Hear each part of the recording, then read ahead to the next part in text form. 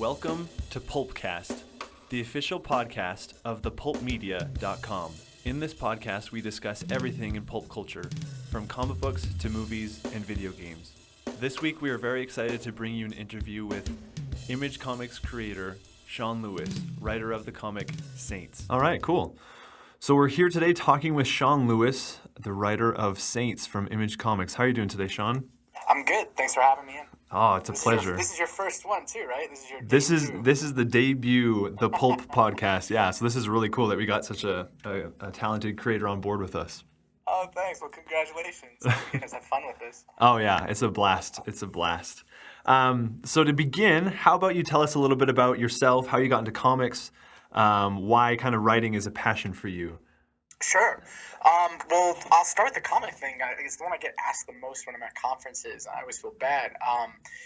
This is the first comic I've ever worked on. It happened kind of serendipitously. I work primarily as a playwright in theater. And Ben Mackey, who's the artist, I had hired for a play that I was directing to do some illustrations. And he gave me these drawings, and they're like this amazing like replicas of like Superman, like silver age Superman drawings. And we got to talking, and he told me this crazy idea for a comic book he had about these superpowered saints. And I had been beaten down by years of Catholic school and a very Irish Catholic family. So I was just like, well, if you want to talk about it sometime, I know a lot about the subject matter in that world. And we got to talking, and it naturally became a book for us, and we were like, hey, let's make an issue of it, and we'll send it out to a few people and see if anyone even cares about it. And most people didn't. most people didn't ever respond to us. Basically, no one responded to us except for Image Comics, which was shocking because they were like our reach school. Right. They were like our Harvard. And they got back in touch with us and decided to publish the book. Before that, I'd been a comic fan, but I'd always been obsessed with writing. I went to undergrad and really was kind of lost. I was there primarily to play some sports. I was on a wrestling team there, and didn't really know what I wanted to do. Didn't want a regular job. The only thing I really liked to do was read books. I liked to write. I kind of had fantasies of being a novelist, so I studied English. It seemed like the only place where I could just read a lot of Faulkner and Fitzgerald and whatever else I wanted and get graded on it. And then I graduated and stumbled into acting for a while, and I started doing theater and naturally started writing plays, primarily like solo plays. I was writing lots of monologues and performing them myself. Mm-hmm. And that led to me going to grad school out at the University of Iowa in their writing program. And then I just kept doing theater, and then the comic book thing kind of weirdly fell into my lap. Ben fell into my lap, and I was like, you can draw comics, let's do this. So that's kind of how it all kind of came together.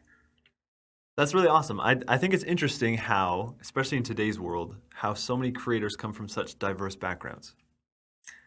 Well, I think comics also, I don't know, I think maybe, and I might be wrong about this, but it feels like 10, 20 years ago, I remember my parents' reaction to me reading comics 20 years ago. It was like, what an incredible waste of time this is. This is for stupid people. Basically, these are for people who can't read books, that they need pictures. Right, they're picture books. Yeah, and where I was just like, no, it's really awesome. I'm learning about mythology. And my dad would just be like, I don't want to hear about it. So I think that's changed massively where it's so funny.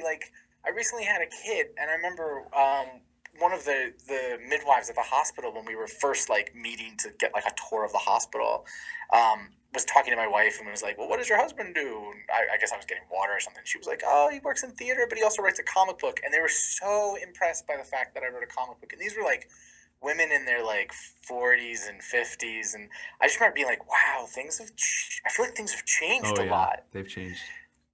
And so I feel like it allows people from other backgrounds or people who used to be ashamed of being comic book readers to go you know what, I've always wanted to do this.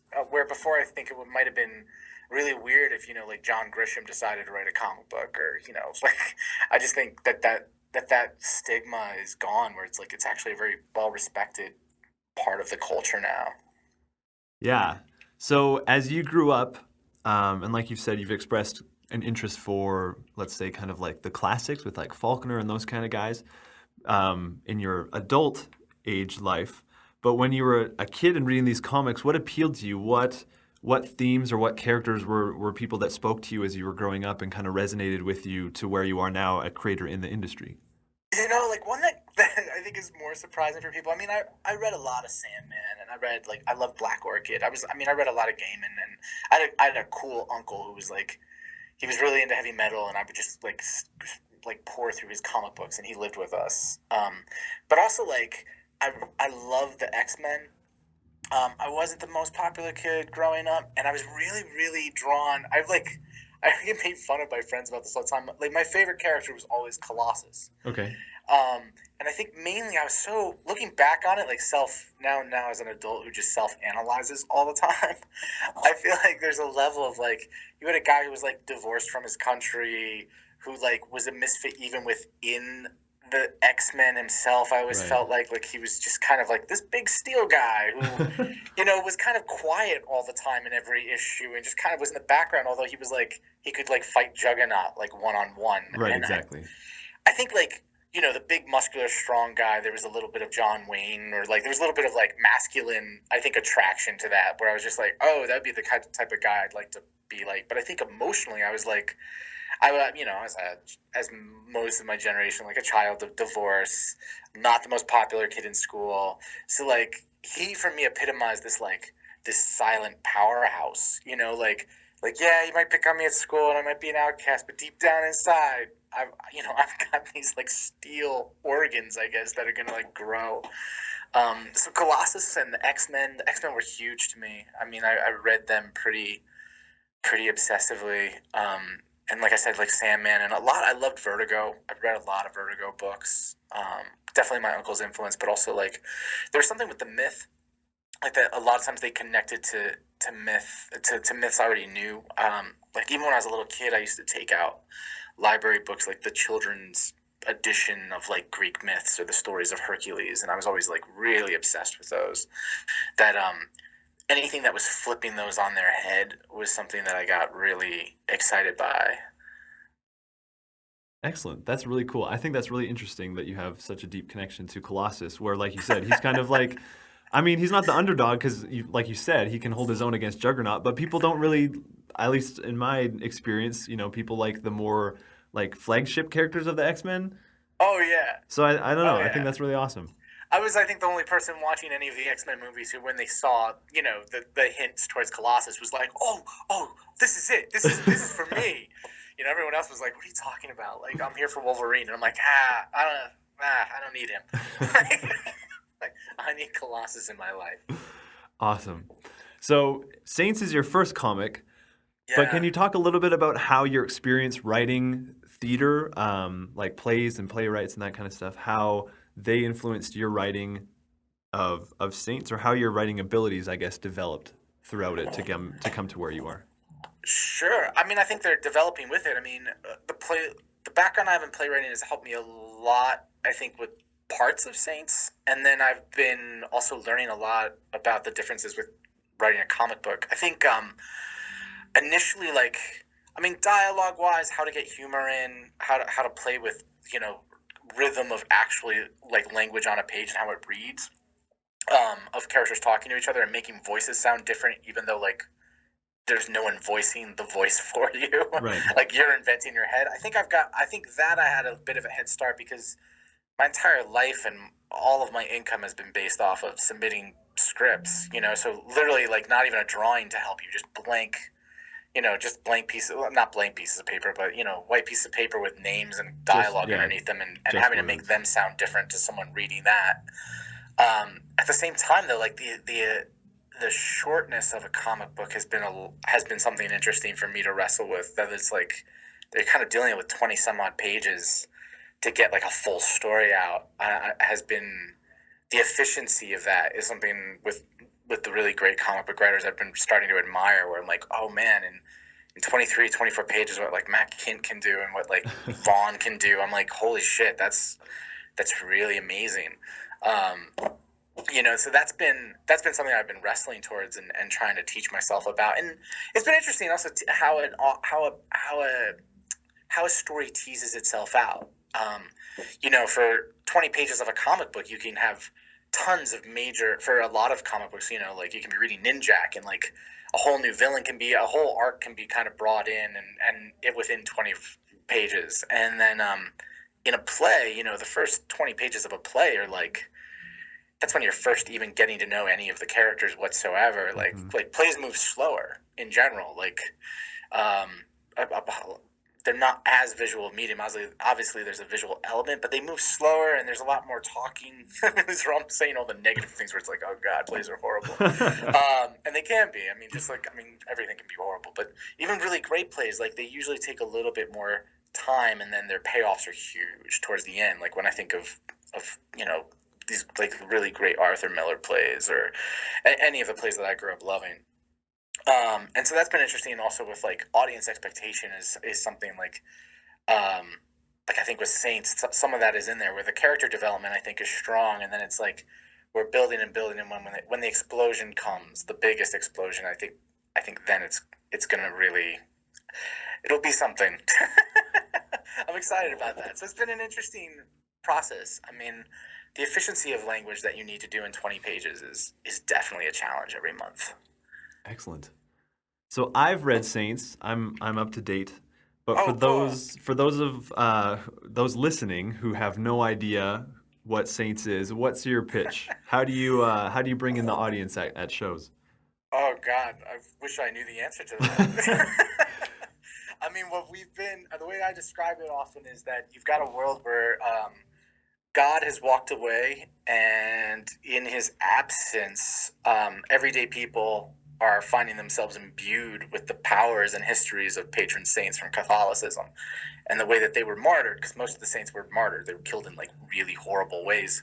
The way they're martyred becomes their superpower. So Saint Sebastian is a good example. He was killed in a hail of arrows, and so in our book, he's kind of our Hawkeye. He can generate those arrows that killed him and fire them at people.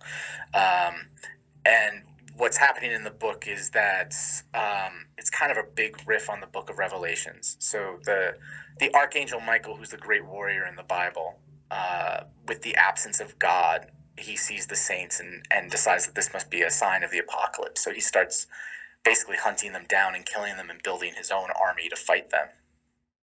So it's a very long elevator pitch, but that's basically that. Hopefully we have a lot of floors to go. Exactly, right.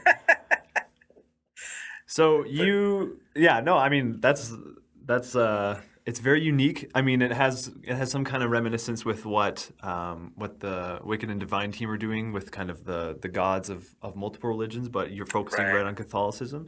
So where specifically did this inspiration come from? You've mentioned your upbringing and your schooling, and I imagine Ben brings a lot to the table, but was there something that when he pitched this idea to you, you're like, oh, this resonates, I know exactly what I'm going to do? Oh, hugely.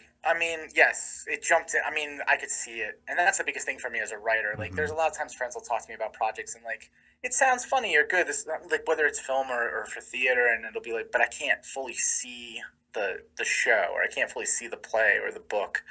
Where this, as soon as we started talking about it, I was like, oh, I can see issue by issue kind of like how this would play out. And part of it is it's like that. It's completely my upbringing. I went to Catholic school. I'm first generation Irish Catholic. So like every Thanksgiving, every meal, that's with family members, like God is coming up. And part of it is also like what I'm interested in is like also the irreverence and the non-believer. I'm really interested in the non-believer. I'm interested in why people believe in things in general and how that dictates their personality. And so for me, I guess I describe it a lot as like, it's Thanksgiving dinner where my grandmother, who's, 92 years old, devout Catholic, is sitting next to her son, who is the uncle who read comic books when I was growing up, who is a staunch militant atheist, and the two of them are having a conversation about faith as we're cutting up a turkey. For me, I'm like, that's the book for me, is like what happens when you put the non-believers and the believers in the room. The main character, or one of the main characters, I feel like it's a pretty strong ensemble, but Blaze, who narrates, I mean, he's an atheist. I mean, he ends up saying it straight out, and yet he's been tasked with a holy war and the powers of saints. So, like, how does he interact with that? You know, like what is it to believe so staunchly in something and then have it challenged? At the same time, you have characters like Saint Lucy, who in our book has parents who are so devout when they hear that she's going to fight a holy war. They're like, she's 19 years old, and they're like, "Yeah, you should go off with these two strange men. That we prayed for this. This is fantastic." And she's devout herself, but what happens is she starts to see the horrors that what she believes in can actually wrought. That's what's interesting to it. For me, is just like how do I get to put these characters in situations where everything they believe in is challenged? I mean, theater wise, book wise, comic book wise, those are usually the stories that I'm personally the most interested in. And you almost, in a sense, are writing your own myth. I am. I think it is a complete yes. It's funny. I mean, religion is mythic in its own right, but it is, I would say, mythologizing aspects of Catholicism and certain books of the Bible into its own thing.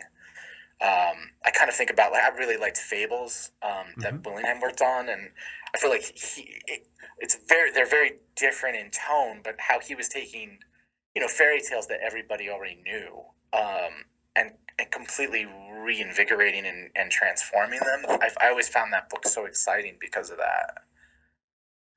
Have you ever had people at shows or signings come up to you and have been really defensive about it? Have you ever had?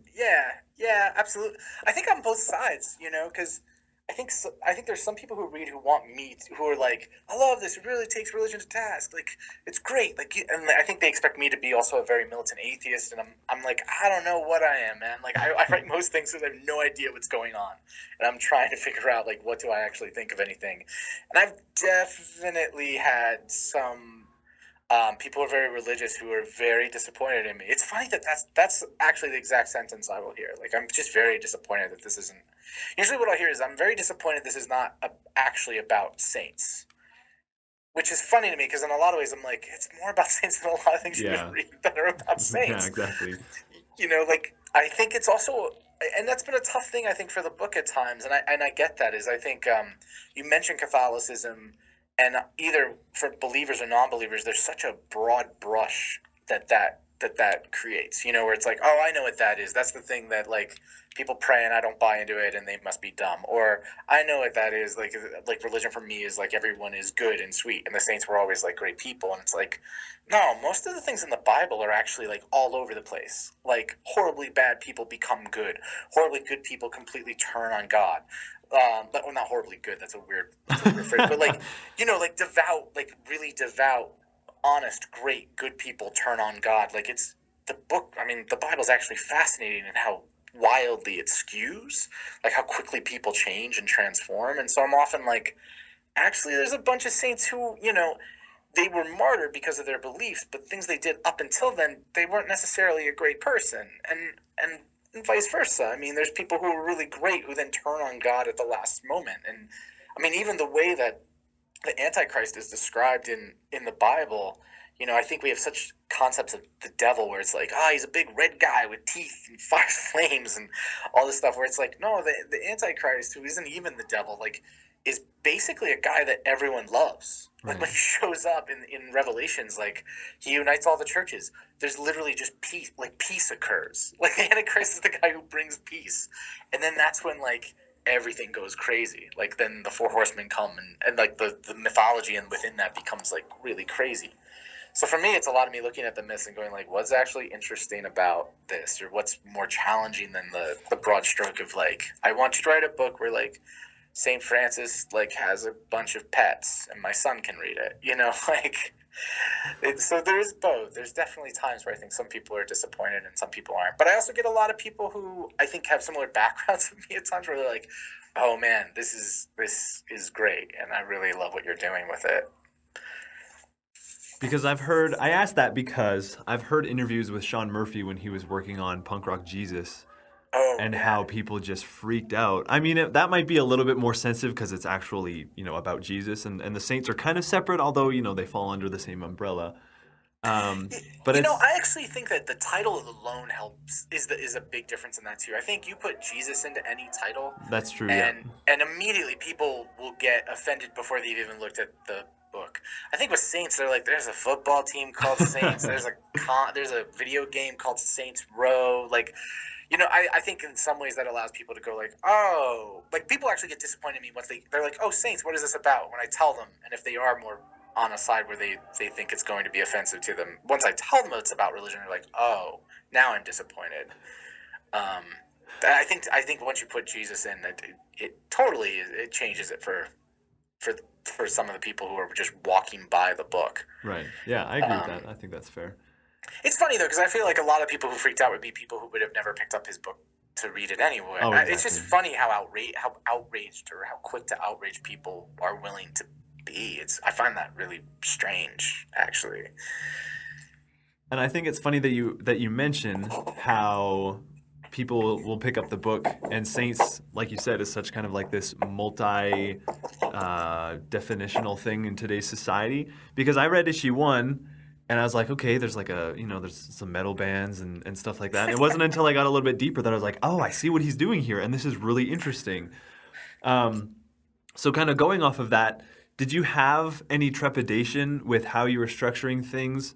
Were you kind of tempted to write kind of really heavy in issue 1 to kind of like overload the audience so they know your whole plan? Or did you go in confidently knowing, I know exactly what I'm going to do, I'm going to pace it slowly? Because there's kind of this like back and forth between creators and audiences where if a creator is really well known, somebody like Warren Ellis in his book Injection, which is really slow burn, like a lot of people that I talk to, they would say, I know him, I trust him, I'm going to follow through.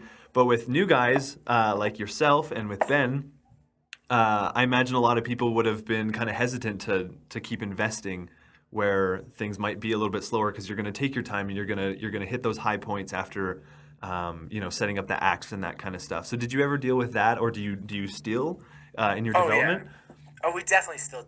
I mean, deal with it in a sense of like it doesn't dictate the writing, and even in the beginning, it didn't. Although, like when I was saying, like there's things I'm still learning. I think like I'm also learning the difference of my taste as a comic book reader versus like the broad general taste of a comic book audience, if that makes sense. Mm-hmm.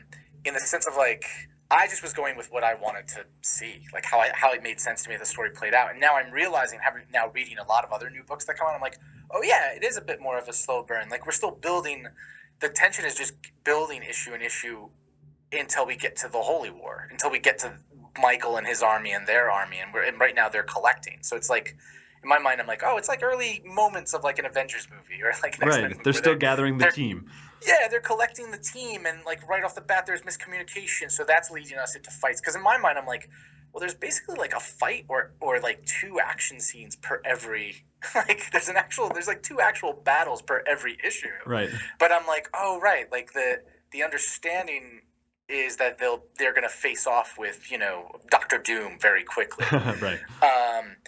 And I think where I'm seeing it, and I'm learning a lot, is like what's been really kind of interesting from a creator and a first time in this, and I'm such a newbie, so I'm like learning everything on the fly, but it's also almost a little bit anthropological for me, is like reading reviews of people who've been reviewing us the whole time, right? Like whether they're on blogs or other places.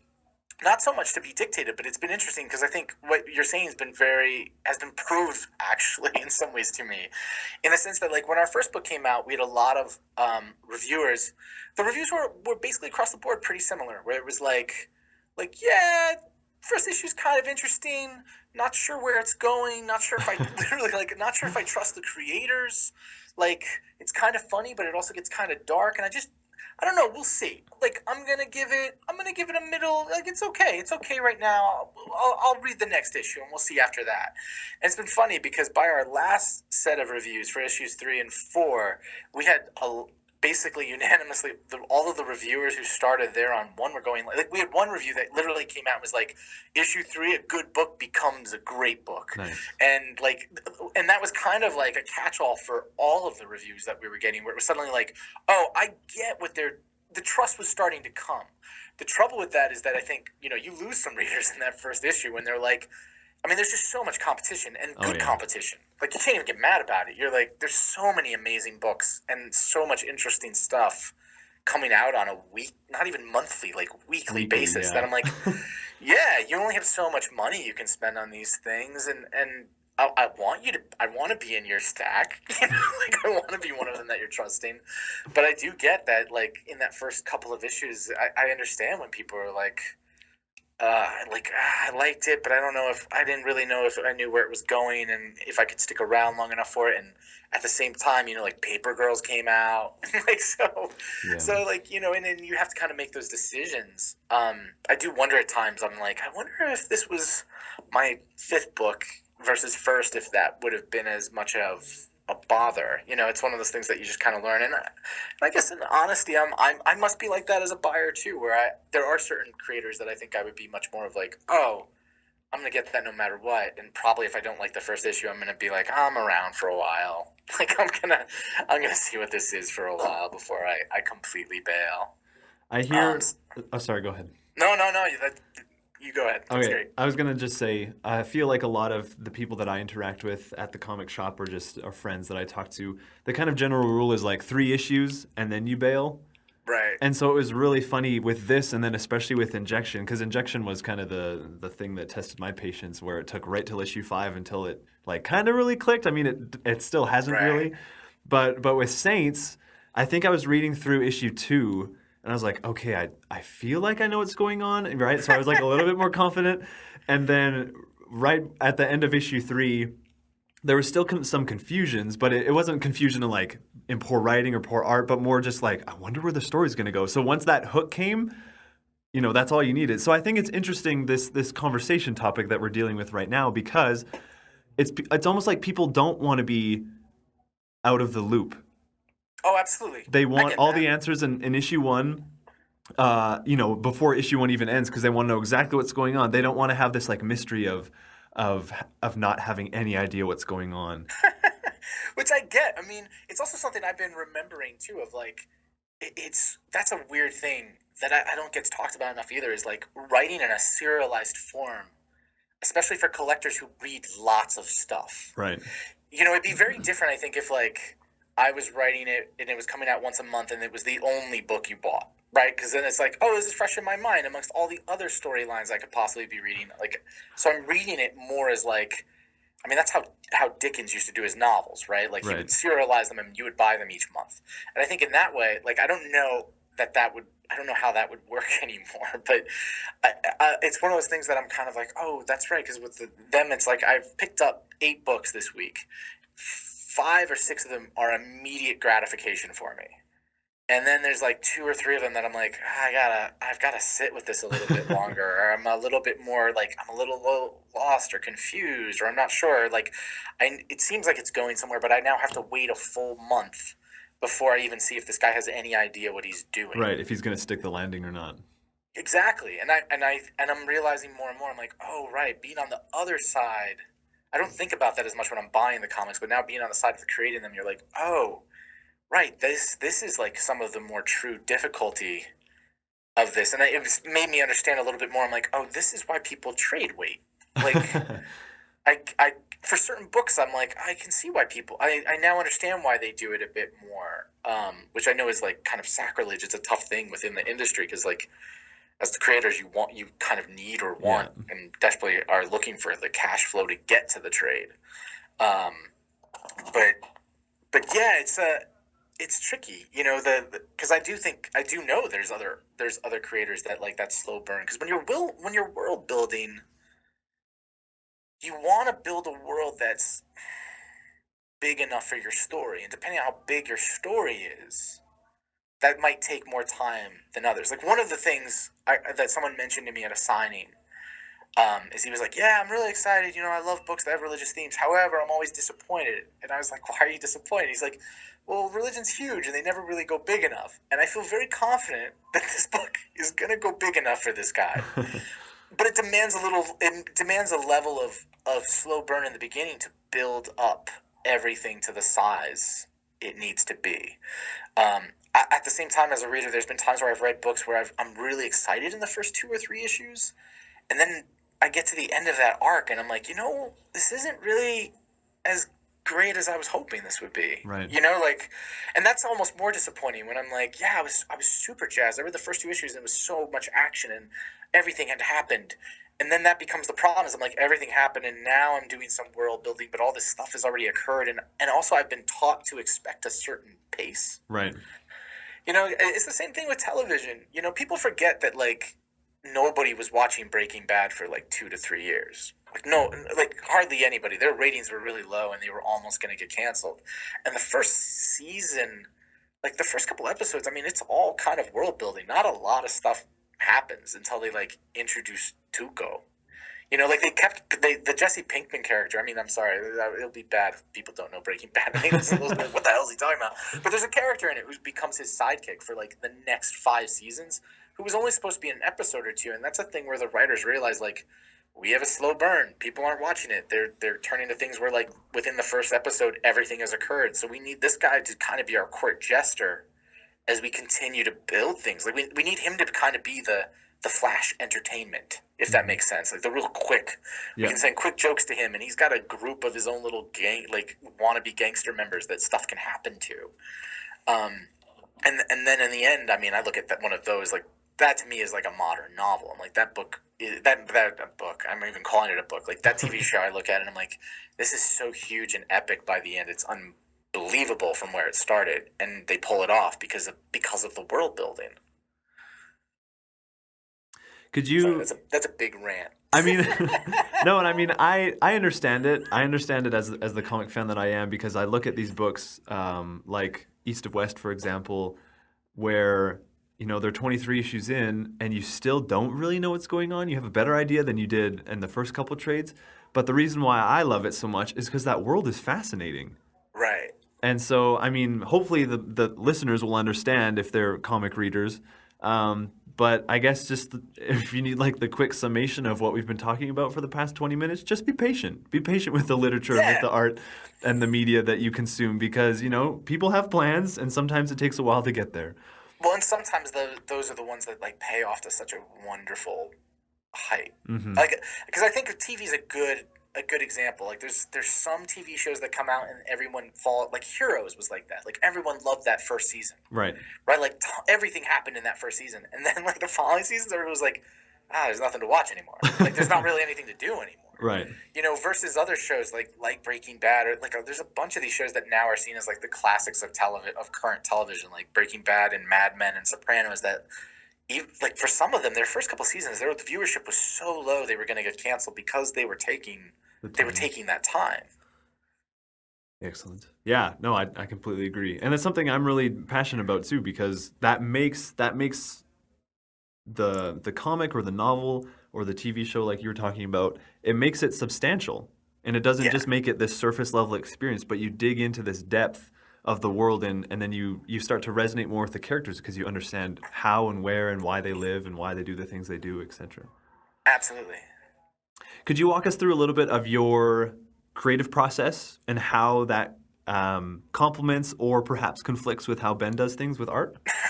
Well, actually, Ben and I have found a really great workflow. It's been awesome.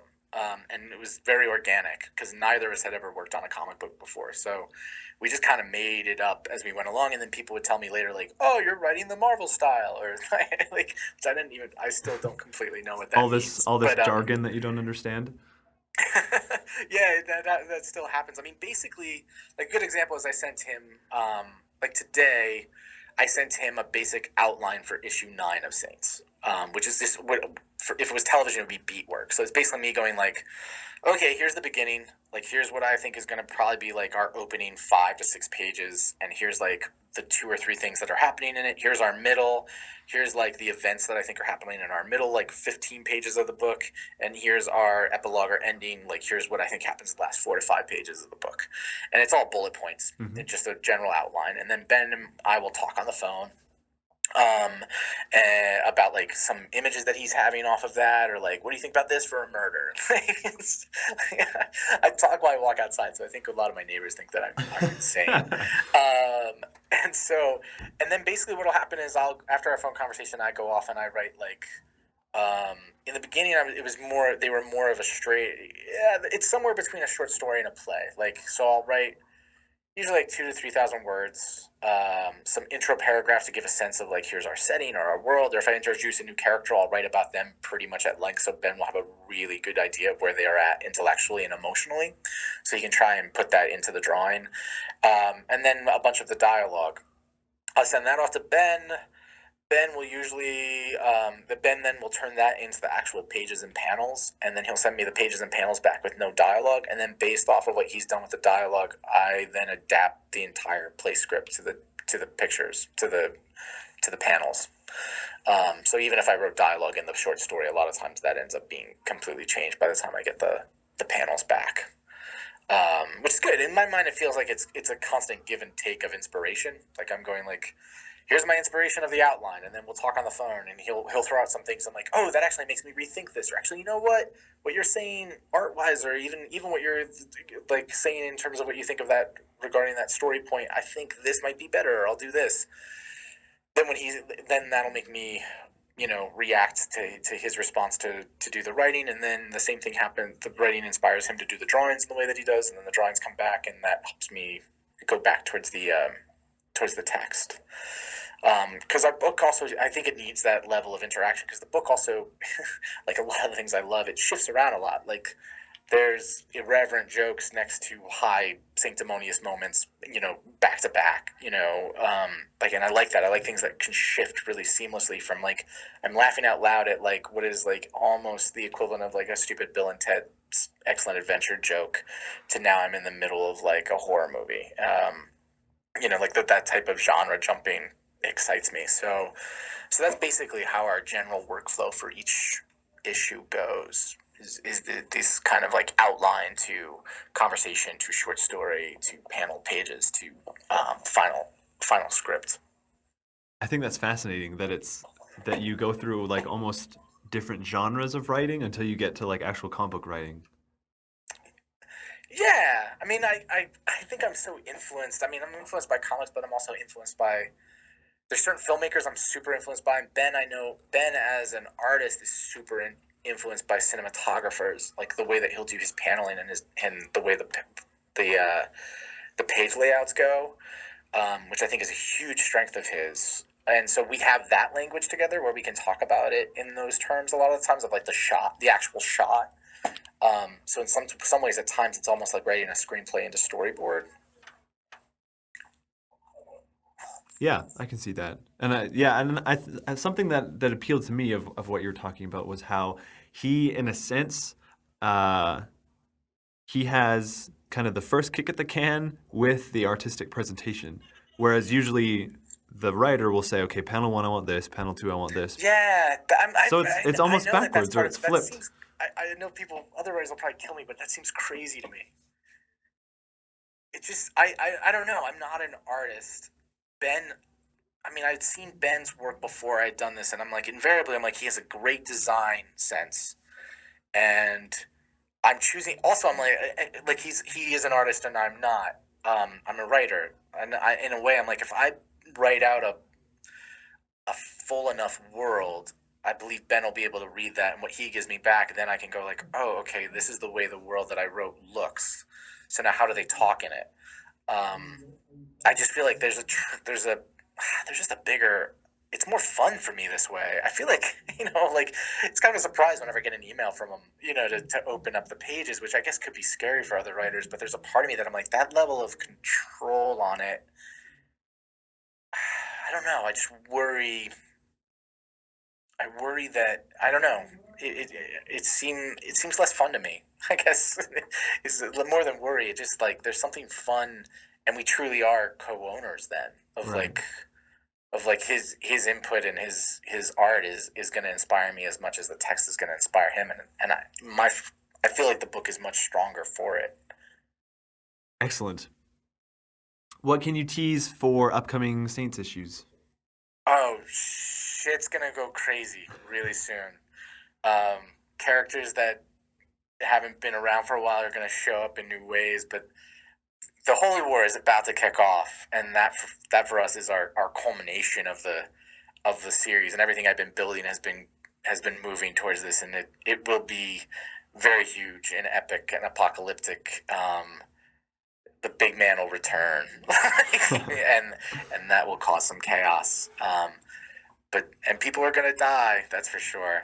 So yeah, I mean that's vague, but also I guess not vague in ways.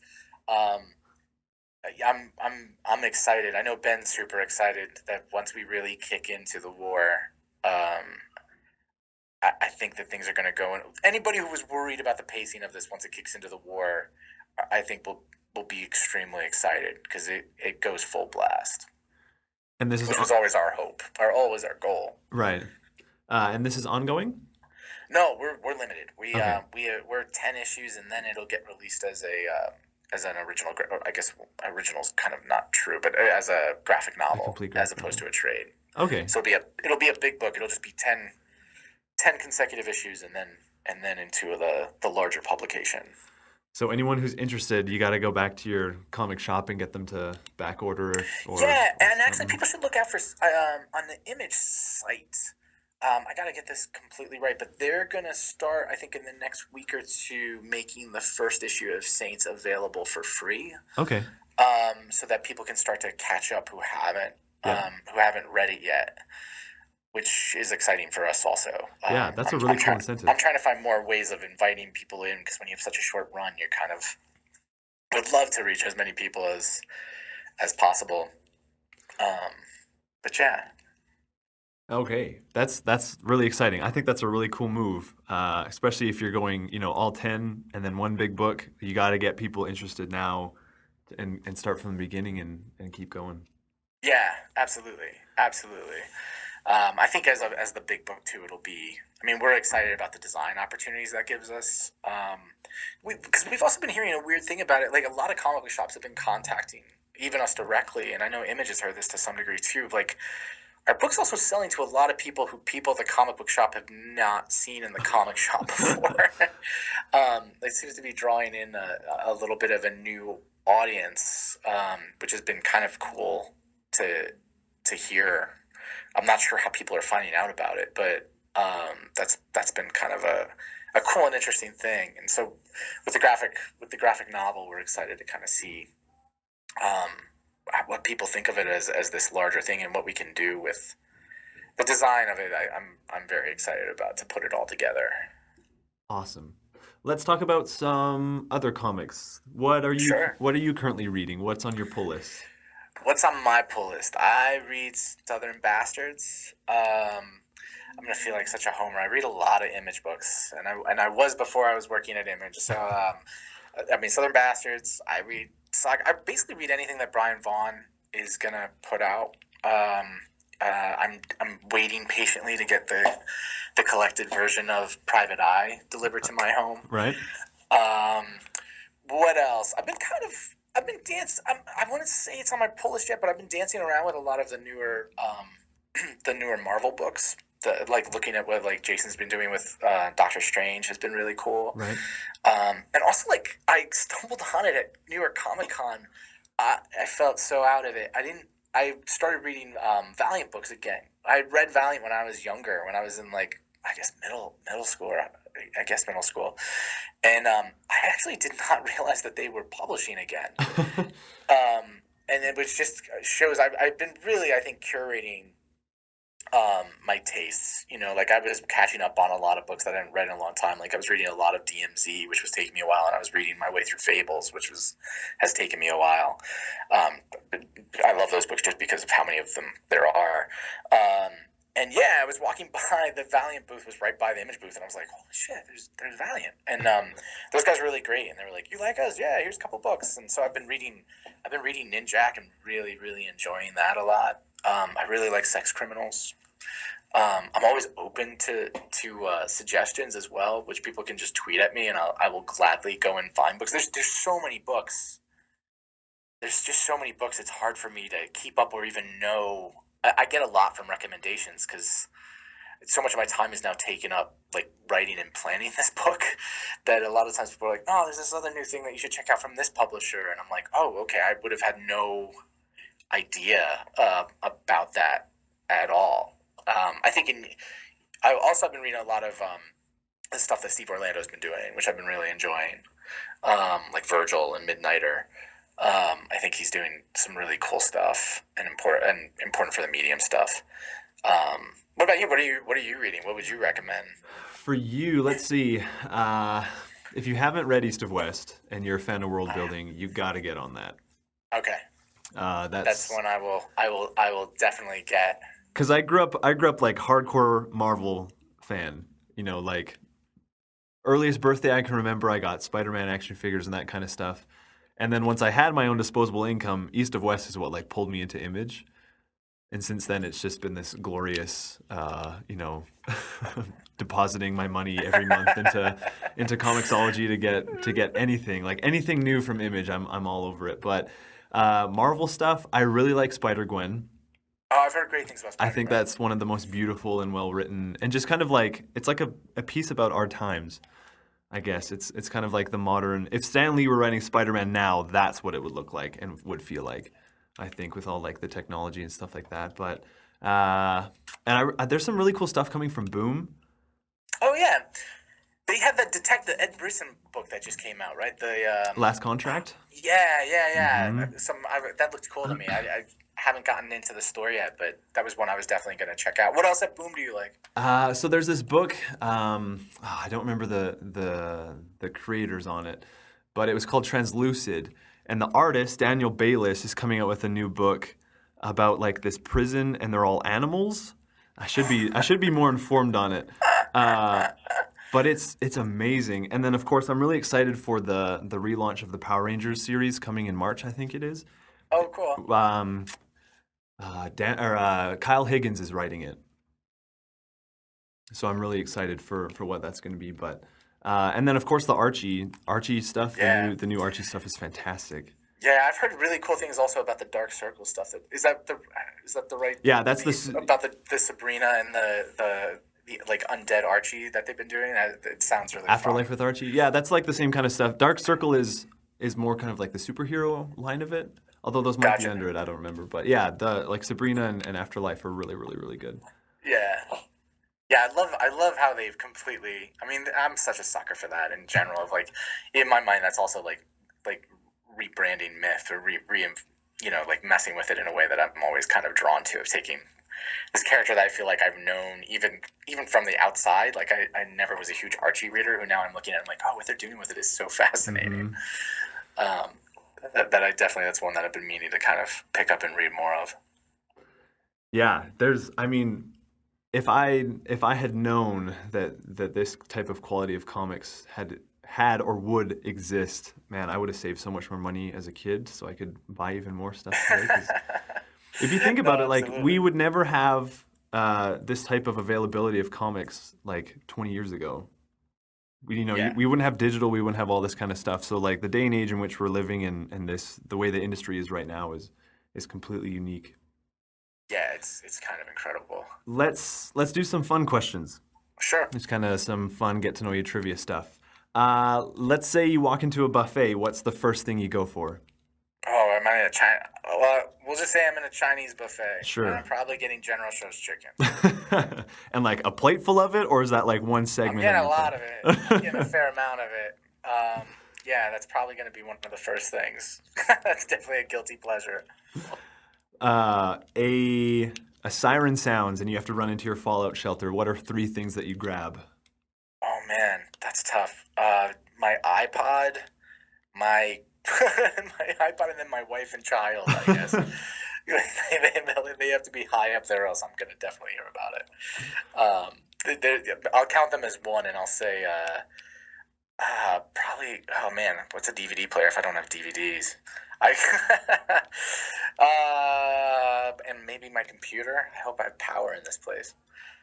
And then what is your spirit animal? Oh, that's a good one.